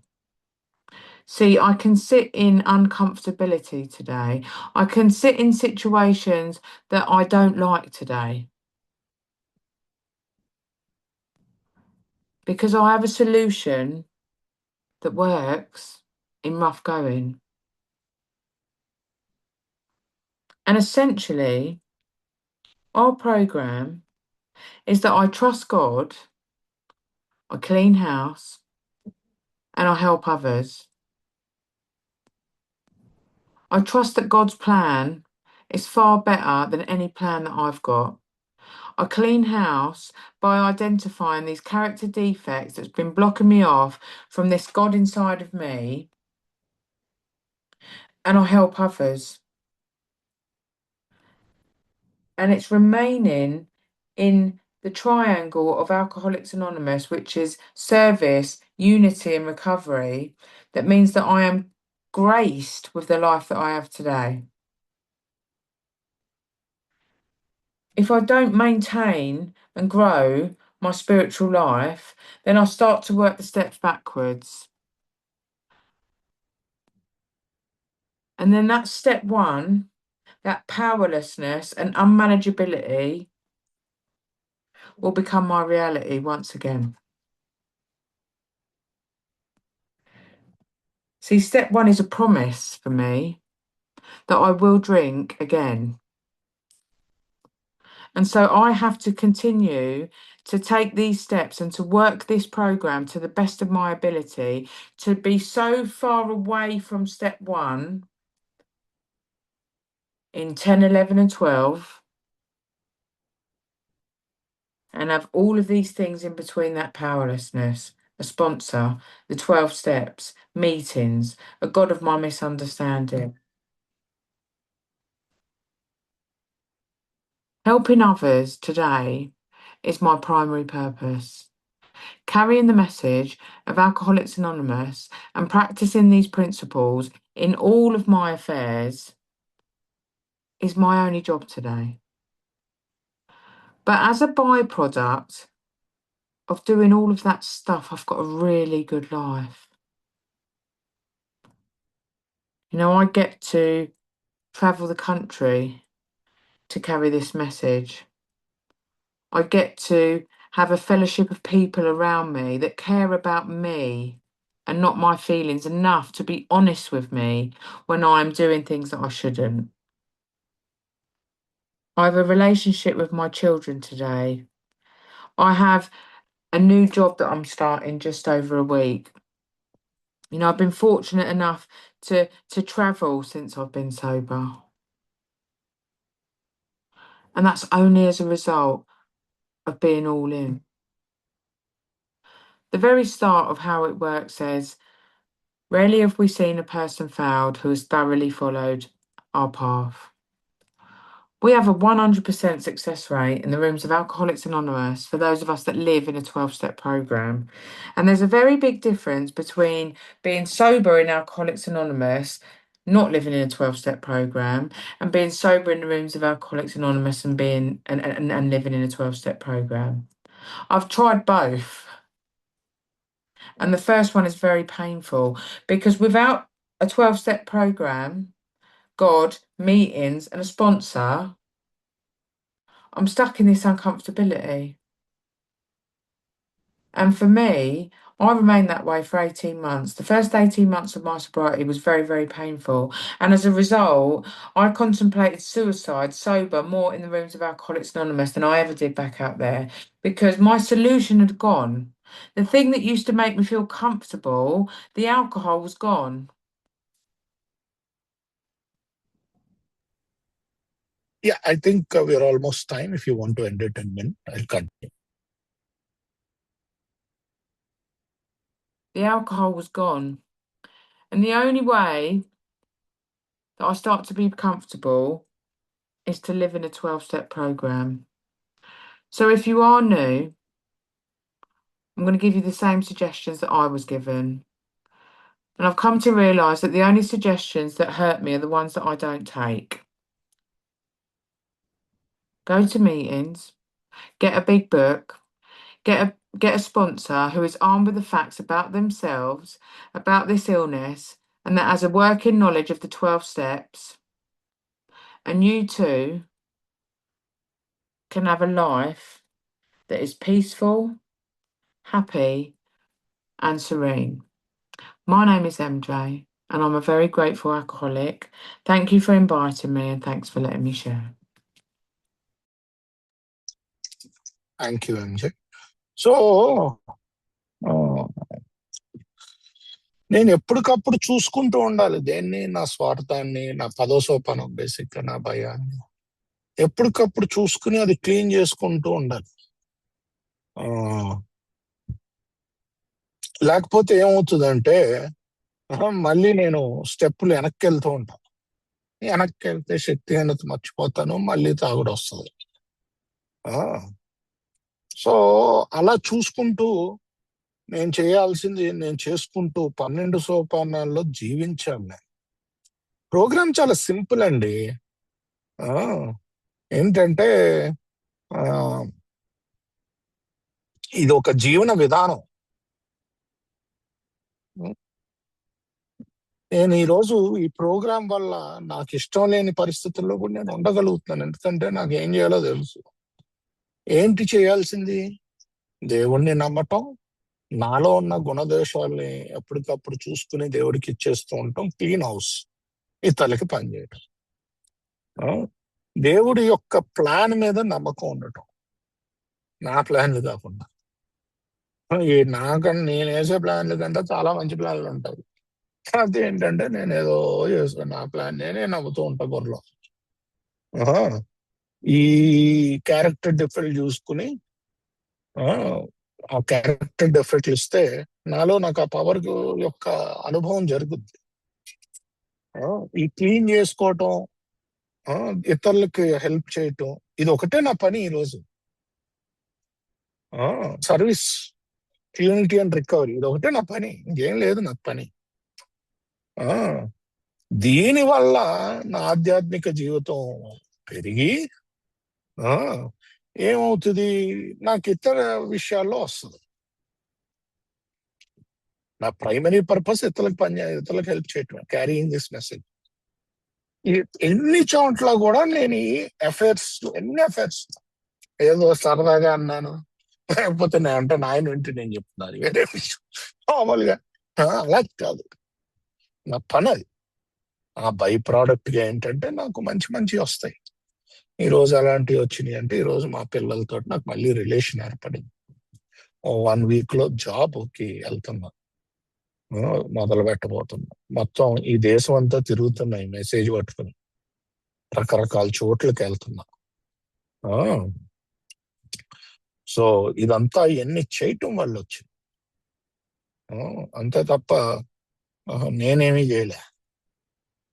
చాలా how it works లో starting లోనే ఉంటుంది. Rarely have you seen a person fail has thoroughly followed hour path. అంటే alcoholics anonymous కి 100% ఉంది almost success rate. ఎప్పుడు 12 సోపానాల్లో బతుకుతుంటే. చాలా పెద్ద తేడా ఉంది 12 సోపానాల్లో బతుకుతూ సోబర్గా ఉండటం, సోబర్గా ఉండి 12 సోపానాల్లో బతకకపోవటం. ఈ రెండోది నేను ఇంతకుముందు ట్రై చేశాను, చాలా నెత్తిగా ఉంటుంది. రెండు ట్రై చేశా. బేసిక్ గా దేవుడు, మీటింగ్స్, స్పాన్సర్ ఎవరంటే ఈ జబ్బు యొక్క కంత్రితనం తెలిసినోడు ఈ 12 సోపానాలు ఎలా పనిచేయాలి అని తెలిసినోడు మనకు నేర్పించేవాడు.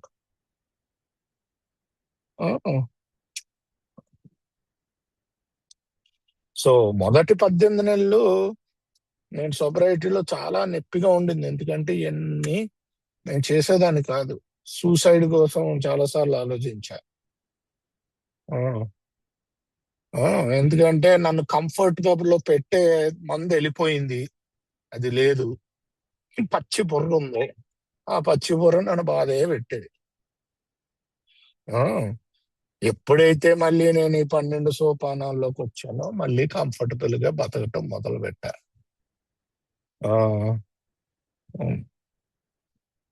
సో ఎవరైనా ఒక మంచి డైలాగ్ చెప్పారు ఇవిడ, ఏంటంటే ఒకవేళ నిజంగా నాకు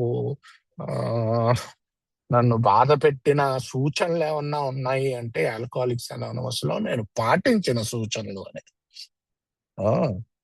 సో కొత్తగా వచ్చిన వాళ్ళకి ఒకటే చెప్తున్నా, మీటింగ్కి వెళ్ళండి, ఓ బిగ్ బుక్ తెచ్చుకోండి, ఒక స్పాన్సర్ ఎవరైతే ఈ జబ్బు గురించి తెలుసున్న స్పాన్సర్, ఈ 12 సోపానం ఎలా పనిచేయాలో తెలుసున్న స్పాన్సర్ తెచ్చుకోండి. అప్పుడు మనకు ఒక జీవితం ఉంటది, దాంట్లో ప్రశాంతత ఉంటది, ఒక సంతోషం ఉంటది. నా పేరు ఎంజే అండి. నేను చాలా కృతజ్ఞపూర్వకమైన తాగుబోతు. Thank you MJ. So now will open the floor for question and answers. Karan, are you available to help me sir? Karan?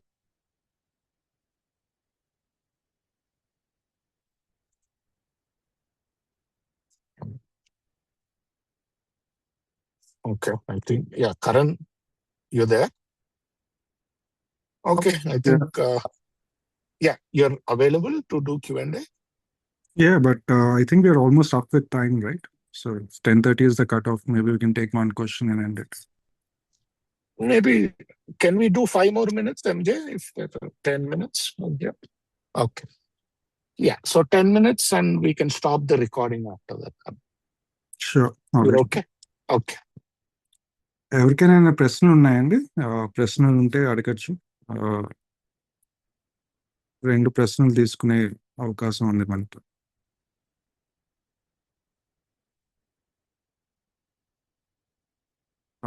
Yeah, Jaswanth గారు. నా పేరు జస్వంత్, నేను తాగుబోతునండి. అయితే ఇక్కడ రికవరీలో స్పాన్సర్ రోల్ ఏంటి? స్పాన్సరు ఎంతవరకు హెల్ప్ చేయగలుగుతాడు? అంటే ప్రీవియస్ స్పాన్సర్షిప్ లో నేను అంటే మేబీ అనానిమస్ గా మధ్యలో. హలో, ఇప్పుడు వస్తుందా? యా, ఇప్పుడు ఓకే. ఇప్పుడు స్పాన్సర్ రోలు ఎంతవరకు స్పాన్సర్ విషయంలో నా క్వశ్చన్ నెంబర్ 1. నెంబర్ 2, స్పాన్సర్ కి చెప్పిందల్లా నేను చెయ్యాలా? ఇది ఎట్లా కన్ఫర్మ్ చేసుకోవాలి? స్పాన్సర్ చెప్పింది గాడ్స్ విల్ అవుతుందా? స్పాన్సర్ మీకు చెప్పిందా, స్పాన్సర్ కి మీరు చెప్పిందా? స్పాన్సర్ నాకు చెప్పింది. Okay. Yeah, sure. So MJ, like Jashwant has a couple of questions for you. So he wants to know, the first one is like, what is the role of a sponsor in recovery? And the second thing is, like whatever a sponsor tells you, should we do everything that a sponsor tells us to do? Should we blindly follow everything? It's the second one. Thank you. So a sponsor is somebody who is armed with the facts about themselves, this illness, and the 12 steps. A sponsor's responsibility is to take the 12 steps with you in order to put your hand into a power greater than yourself that will solve your problem. That is it. Now, I don't do what my sponsor says. I do what my sponsor does, because I know that what my sponsor does gives her a life today that is amazing. And I pick my sponsor based on those things. Somebody that has the facts about themselves, this illness, the 12 steps, and the big book of Alcoholics Anonymous. I hope that answers your question. Yeah, that's good. Thank you. So Jashwanth గారు అడిగిన 2 ప్రశ్నలకి మొదటి ప్రశ్నకి అసలు sponsor ఏంటి, మన స్వస్థత కార్యక్రమంలో స్పాన్సర్ రోల్ ఏంటి అన్నదానికి చెప్పిన సమాధానం ఇదండి. స్పాన్సర్ అనే వ్యక్తి వాళ్ళకి వాళ్ళ గురించి వాళ్ళకి అవగాహన ఉన్న వ్యక్తి. ఏ విధంగా అంటే జబ్బు గురించి, ఈ 12 సోపానాల కార్యాచరణ గురించి, ఈ సోపానాల కార్యాచరణ ద్వారా వాళ్ళ గురించి వాళ్ళకి అవగాహన ఉన్న వ్యక్తులు స్పాన్సర్. అండ్ ఒక స్పాన్సర్ ఒక కర్తవ్యం ఏంటి అని అంటే మిమ్మల్ని 12 సోపానాల కార్యాచరణ ద్వారా తీసుకెళ్ళడం అండ్ మీకు ఆ ఉన్నత శక్తితో సాన్నిహిత్యం ఏర్పడేటట్టు ఆ కార్యాచరణ ద్వారా మిమ్మల్ని నడిపించే ప్రయత్నం చేయడం. ఎందుకంటే ఆ ఉన్నత శక్తి మీ సమస్యకి పరిష్కారం కాబట్టి. అంతే, స్పాన్సర్ ఒక బాధ్యత అంతవరకే. అండ్ రెండో ప్రశ్న, స్పాన్సర్ చెప్పింది ప్రతిదీ చేయాలా అన్న దానికే ఆవిడ చెప్పిన జవాబు ఇదండి. నేను నా స్పాన్సర్ చెప్పిన ప్రతిదీ చేస్తాను చేయను అని చెప్పను. నా స్పాన్సర్ చేసేది నేను చేసే ప్రయత్నం చేస్తాను. ఎందుకు అనంటే నా స్పాన్సర్ చేసేది ఈరోజు ఆవిడని సోబర్గా ఉంచుతుంది, ఆవిడకి ఒక జీవితాన్ని కలిగజేస్తుంది. అండ్ నేను అందుకే నా స్పాన్సర్ చేసే చర్యలు నేను చేసే ప్రయత్నం నేను చేస్తాను. అండ్ ఆ విధంగా నేను స్పాన్సర్ని కూడా ఎంచుకుంటాను ఈరోజు. వాళ్ళకి వాళ్ళ గురించి సరైన అవగాహన కలిగిందా ఈ సోపానాలు కార్యాచరణ చేయడం ద్వారా? ఈ జబ్బు గురించి సరైన అవగాహన ఉందా? ఈ 12 సోపానాలు, ఆల్కహాలిక్స్ అనానిమస్ బిగ్ బుక్ గురించి సరైన అవగాహన ఉందా? ఈ వీటి ఆధారంగా నేను నా స్పాన్సర్ని ఎంచుకుంటాను ఈరోజు అని ఆవిడ చెప్పారు. Thank you Karan, thank you. Thanks sir. So Rajani గారు, మీ ప్రశ్న మీరు అడగచ్చు. ఇది ఆఖరి ప్రశ్న అవుతుందండి ఈ రోజుకి. సో హాయ్ అండి, this is Rajani, alcoholic. So నా ప్రశ్న వచ్చేసి, నేను ఆల్రెడీ స్టెప్స్ చేస్తున్నానండి. యాక్చువల్గా 9th స్టెప్ రన్నింగ్ అవుతుంది. బట్ కానీ నాకు 3rd స్టెప్ వెళ్ళిపోతుంది. ఏ చిన్న విషయంలో కానీ, ఏ పర్టికులర్గా టాపిక్లో అయినా సరే నేను గాడ్కి సరెండర్ కాలేకపోతున్నాను. చాలా కష్టంగా ఉంది. అండ్ నా సెల్ఫ్ డౌట్ చాలా చాలా అంటే చాలా ఉంది. అది ఒక పర్టికులర్గా థింగ్ అయినా సరే, నేను ఏదైనా పని చేసినా, నేను చేసినా లేదా చేసినా అని కన్ఫామ్గా తెలుసు, కానీ అయినా సరే డౌట్ పడుతున్నాను. అండ్ నేను గాడ్కి సరెండర్ కాలేకపోతున్నాను. ఇప్పుడు స్టెప్ 3 అవుతుంది. సో నా పైన డౌట్ పడడం అండ్ స్టెప్ 3 దీనికోసం నాకు క్వశ్చన్ ఇదండి. మీ క్వశ్చన్ ఏంటండి? నాకు 3rd స్టెప్ వెళ్ళిపోతున్నా అండి. ఎప్పుడైనా సరే, అంటే ఏ చిన్న చిన్న థింగ్స్ అయినా సరే, టాపిక్స్లో అయినా సరే. 3rd స్టెప్ గాడ్కి సరెండర్ కాలేకపోతున్నాను అంత ఈజీగా. And 9th స్టెప్కి వచ్చేసినాను. అండ్ 9th స్టెప్లో ఉన్నాను ఇప్పుడు. Okay, sure. And doubting my self, doubt పడుతున్నాను. ఓకే, నేను చెప్పొచ్చా? ఎవరండి? నేను చెప్పొచ్చా? ఇది క్వశ్చన్ మీరు జవాబు చెప్తా అంటున్నారా, ఎంజే గారు ట్రాన్స్లేట్ చేస్తా? ఆయన క్వశ్చన్ ని చెప్పొచ్చా క్లియర్ గా? ఆయన ఇప్పుడు 9th స్టెప్ వరకు వచ్చాడు, అర్థమైందా? Okay, right. Yeah, thank you. MJ, Mr. Rajni has a question. So he's currently at his 9th step in the step working process.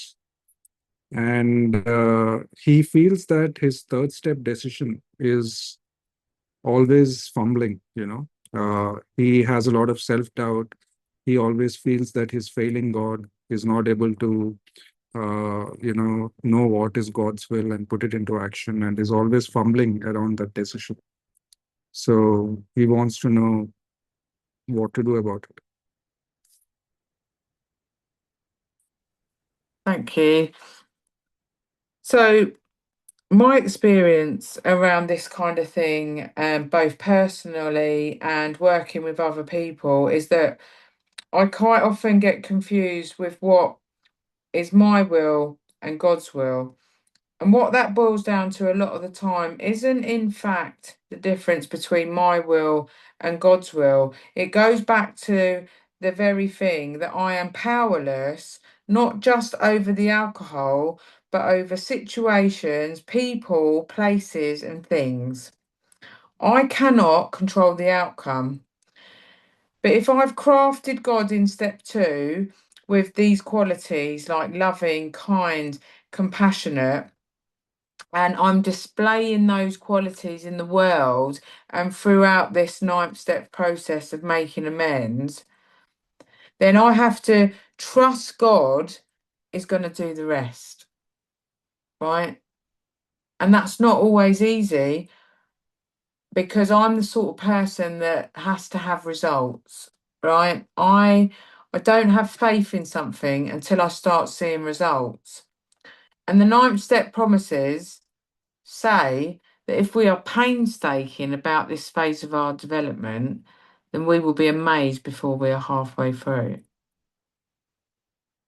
So what that means is if I am painstaking, so I go out and make these amends wholeheartedly, that I'll be amazed before I'm halfway through.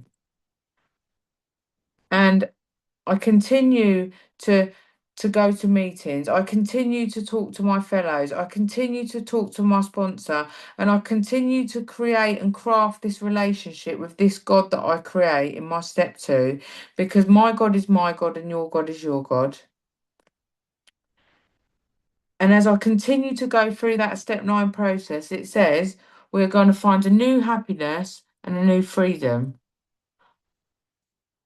You know, this process is a lifetime practice, you know, and I don't just run around and make all of my amends. Some of them I have to make much later, because I have to obtain consent from the individual. And so I do my step 9 and it lingers there, but I move on to step 10. And step 10 is my on the spot inventory. Step 10 is where I'm continuing to watch for those qualities that block me off from God, that block me off from being loving, kind, compassionate, and the qualities that I ask for God to be in step 2. And so for me, when I have a sponsee on step 9, I immediately put them onto step 10, because it's those thoughts, feelings, and emotions that are going to block me off from God and make me believe that I'm running on self-will and not God's will, which a lot of the time is in fact the fact that I am powerless over the people, places, and things around me. I cannot differentiate the truth from the false. And inventory, I believe, is the most important thing that we do around here. And so if I really want to see if I'm living in MJ's will or in God's will, so I want it to be that way. I need it to be that way. I need to live up to that expectation versus loving, kind, compassionate. I'm imperfect and enough all at once. Then I start to see the difference between God's will and my will. Because the reality for me today is what's meant to be in my life will meant to be in my life, and what's not is not. And all the time that I fight it and try and get in the way, it doesn't end very well. I hope I've answered your question.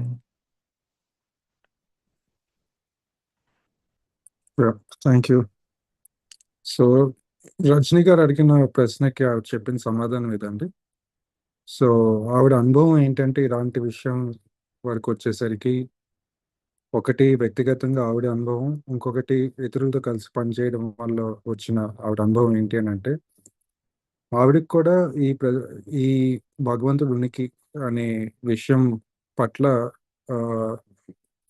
సందేహాలు వస్తూ ఉంటాయి. నా ఉనికి ఏంటి? భగవంతుడి ఉనికి ఏంటి?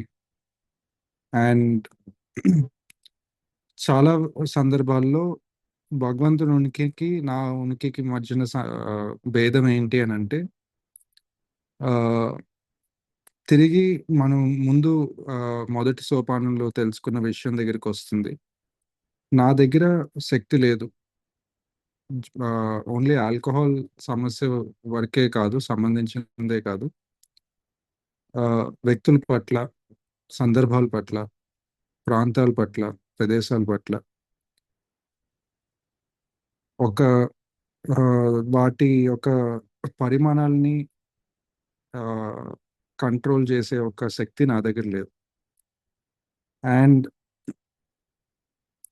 భగవంతుడు రెండో సోపానం ఒక ప్రయత్నం ద్వారా నేను నమ్మడానికి సిద్ధపడిన భగవంతుడు ఒక లక్షణాలు ఏవైతే నేను గీసుకున్నాను, ప్రేమ గలవాడు, దయ గలవాడు, ఇటువంటి లక్షణాలు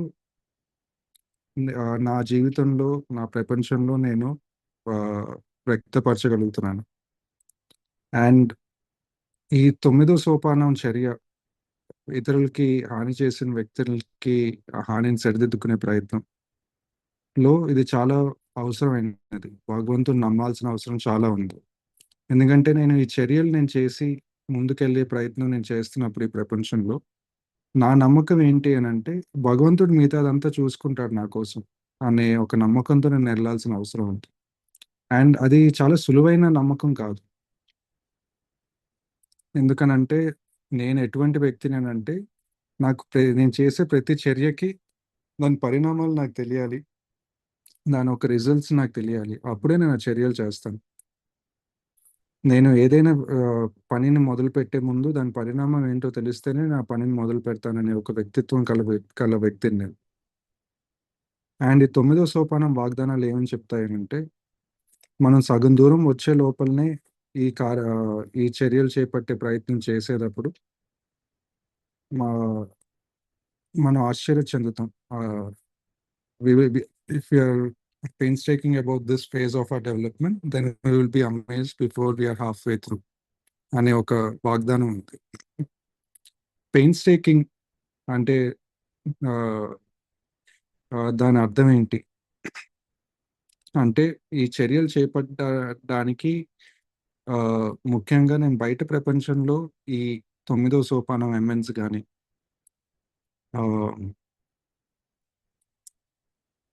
ఇవన్నీ నేను మనస్ఫూర్తిగా చేసే ప్రయత్నం చేయడం. అది నేను చేసి ఈ ప్రపంచంలో నేను గీసుకున్న భగవంతుడు ఒక లక్షణాల ప్రకారం నేను బ్రతికే ప్రయత్నం చేస్తున్నప్పుడు అది పెయిన్స్టేకింగ్ అంటే.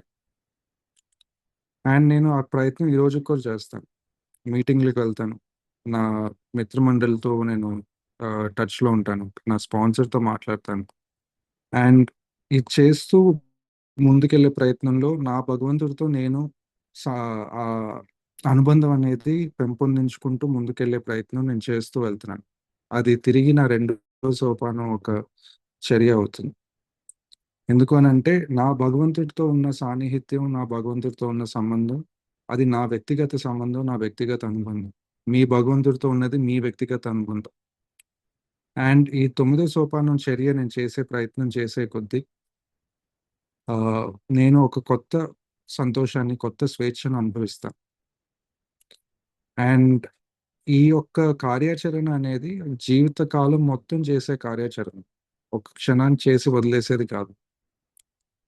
అండ్ 9వ సోపానం ఎమెన్స్ తప్పులను సరిదిద్దుకునే ప్రయత్నం నేను ఒకసారి చేసి వదిలేసేది కాదు. ఒకేసారి అందరూ దొరుకుతారనే ఇది కూడా లేదు. ఎందుకు అనంటే కొన్ని ఎమెన్స్ అనేవి నాకు కొంతకాలం తర్వాత చేయాల్సిన అవసరం రావచ్చేమో. ఎందుకు అనంటే ఆ ఎదుట వ్యక్తి నేను సరిదిద్దుకునే ప్రయత్నం చేయడానికి నేను సిద్ధంగా ఉన్నా, ఎదుటి వ్యక్తి కూడా సిద్ధంగా ఉండాలి నా ఎమెన్స్‌ని స్వీకరించడానికి. అప్పుడే నేను ఆ 9వ సోపానం ఆయనకి నేను డైరెక్ట్‌గా చేయగలుగుతాను. కానీ కుదిరినంత రీతిలో నేను చేసి 10వ సోపానంలో నా జీవితం బ్రతికే ప్రయత్నం చేయాలి. 10వ సోపానం మన ఆ క్షణానికి జాబితా తీసుకునే ప్రయత్నం.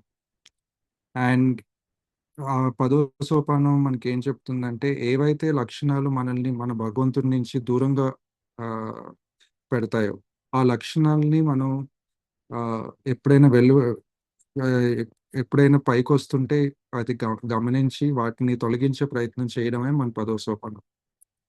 ఆ ఆలోచనలు గాని, ఆ భావోద్వేగాలు గాని, ఏవైతే నన్ను భగవంతుడి నుంచి దూరంగా ఉంచుతాయో, భగవంతుడిని నమ్మడానికి దూరంగా ఉంచుతాయో, వాటిని తొలగించే ప్రయత్నం చేస్తూ ఉండటం. అండ్ ఆహ్, నా భగవంతుడి ఉనికికి తేడా ఏంటి అనంటే, నేను నా జీవితం నా ఉనికి మీద నడిపించుకునే ప్రయత్నం చేస్తూ ఉన్నప్పుడు, నేను దేని నుంచి పరిగెడుతున్నానంటే, నేను నా దగ్గర శక్తి లేదు మనుషుల పట్ల, ప్రపంచం పట్ల, ఆ పరిసరాల పట్ల అనే విషయాన్ని ఒప్పుకోకుండా బయటపడే ప్రయత్నమే నా ఉనికిని నడిపించే ప్రయత్నం. నిజానికి అబద్ధానికి తేడా తెలుసుకోలేని పరిస్థితికి తీసుకెళ్తుంది.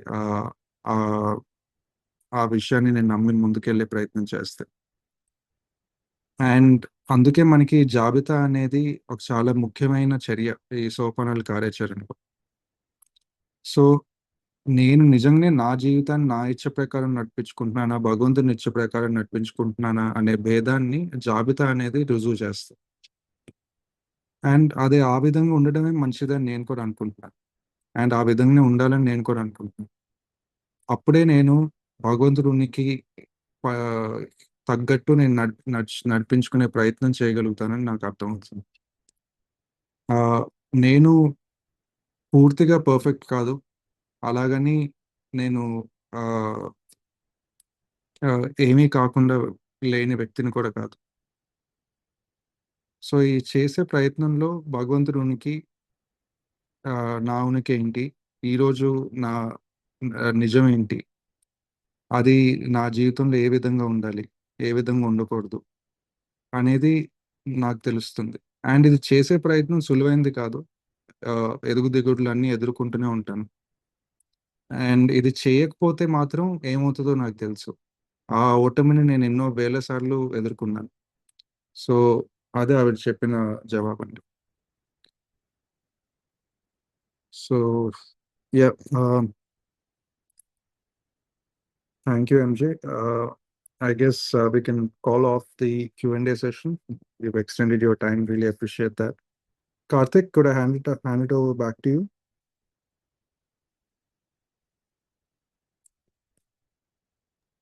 Sure. So let me stop the recording here.